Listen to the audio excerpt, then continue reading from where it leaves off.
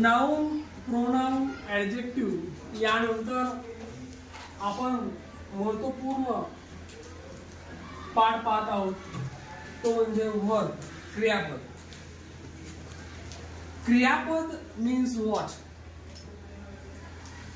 As an English learner, we must ask a question to ourselves. What is verb? If you ask me what is verb, I say that in my word, verbs are heart of English language. Like that,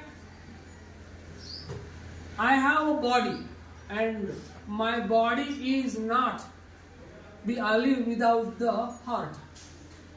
If heart's throbbing is be a stop, I am died. Okay, so like that the verbs are the heart of the English language. इंग्रजी भाषेचं जर हृदय कोण असेल तर ते क्रियापद आहे. कोण आहे? क्रियापद. यस, कारण याच्याशिवाय इंग्लिश लर्न होत नाही. इतका हा महत्वपूर्ण पाठ आहे. आणि मग हे हृदय जर बंद पडलं आपल्याला कळवत नाही आपल्याला काय आपण वापरतो नेमकं, तर वाक्य आपले चुकून बसतील ना. A word which gives information about action of the subject is called verb. एक शब्द जो आम्हाला माहिती देतो वाक्यातील कर्त्याच्या कृतीबद्दल. वाक्यातील कर्त्याच्या कृतीबद्दल आहे की नाही. म्हणजे कृती सांगणारा शब्दच नसेल तर वाक्याला अर्थ असेल का? I drink water, me drink घेतला, आय वॉटर. बघा वाक्याचा अर्थ काय झाला? मी पाणी. आय ईट अ मँगोच्या ऐवजी मी असं म्हटलं आय मँगो, मी आंबा. याला काय अर्थ आहे का? म्हणजे प्रत्येक वाक्यागणिस जे क्रियापद आम्ही घेतो ते क्रियापद खूप महत्वपूर्ण असतात. मग कधी ते हेल्पिंग वर्ब असतात, कधी ते मेन वर्ब असतात, लक्षात, कधी ते ऑक्झिलरी वर्ब असतात. क्रियापदांचे प्रकार बदलतील पण वाक्यामध्ये क्रियापद येत राहते. हे लक्षात ठेवा. A verb is a word which shows that action of the subject. सगळ्यात सोपं वाक्यामध्ये कर्ता असतो आणि त्या कर्त्याला एक कृती करायची असते. कुठला तरी कर्ता आहे का जो विदाउट ऍक्शन आहे? बघा तुम्ही, आपण अगदी उठल्यापासून ते झोपेपर्यंत आणि झोपेत सुद्धा आपण सतत कृती करतो. कृती करणे हा कर्त्याचा गुणधर्म आहे. समजते का?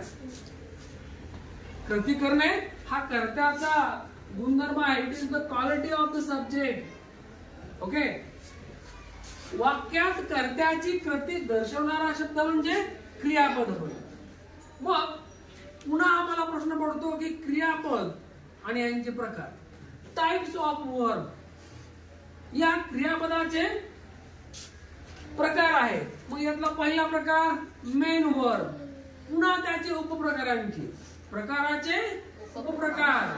मेन वर्ब मुख्य क्रियापद. या मुख्य क्रियापदामध्ये पहिला प्रकार येतो ट्रान्झिटिव्ह वर्ब.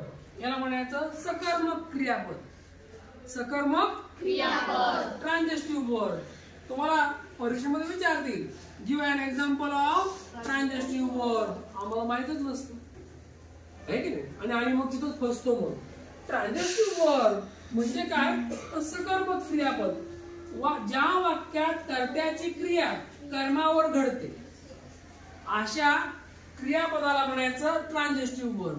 म्हणजे पहा, Ram it's a mango. Ram आंबा खातो.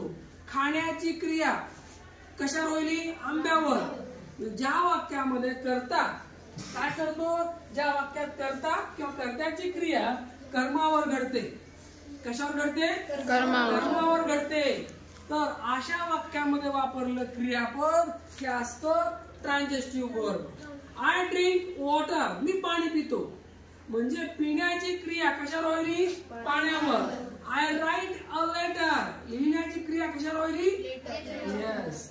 म्हणजे वाक्यामध्ये कर्ता ज्याच्यावर क्रिया करतो आणि क्रिया करणारा कर्म जर तिथं असेल, वाक्यामध्ये कर्त्याची क्रिया कर्मावर होत असेल तर त्या ठिकाणी वापरलेलं क्रियापद हे असतं ट्रान्झिस्टिव्ह वर्ब.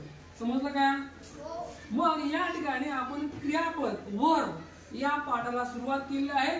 त्यातला पहिला प्रकार मेन वर्ब आणि त्याचा प्रकार म्हणजे ट्रान्झिस्टिव्ह वर्ब. म्हणजे मुख्य क्रियापदामधला पहिला प्रकार ट्रान्झिस्टिव्ह वर्ब, सकर्मक क्रियापद. समजलं का?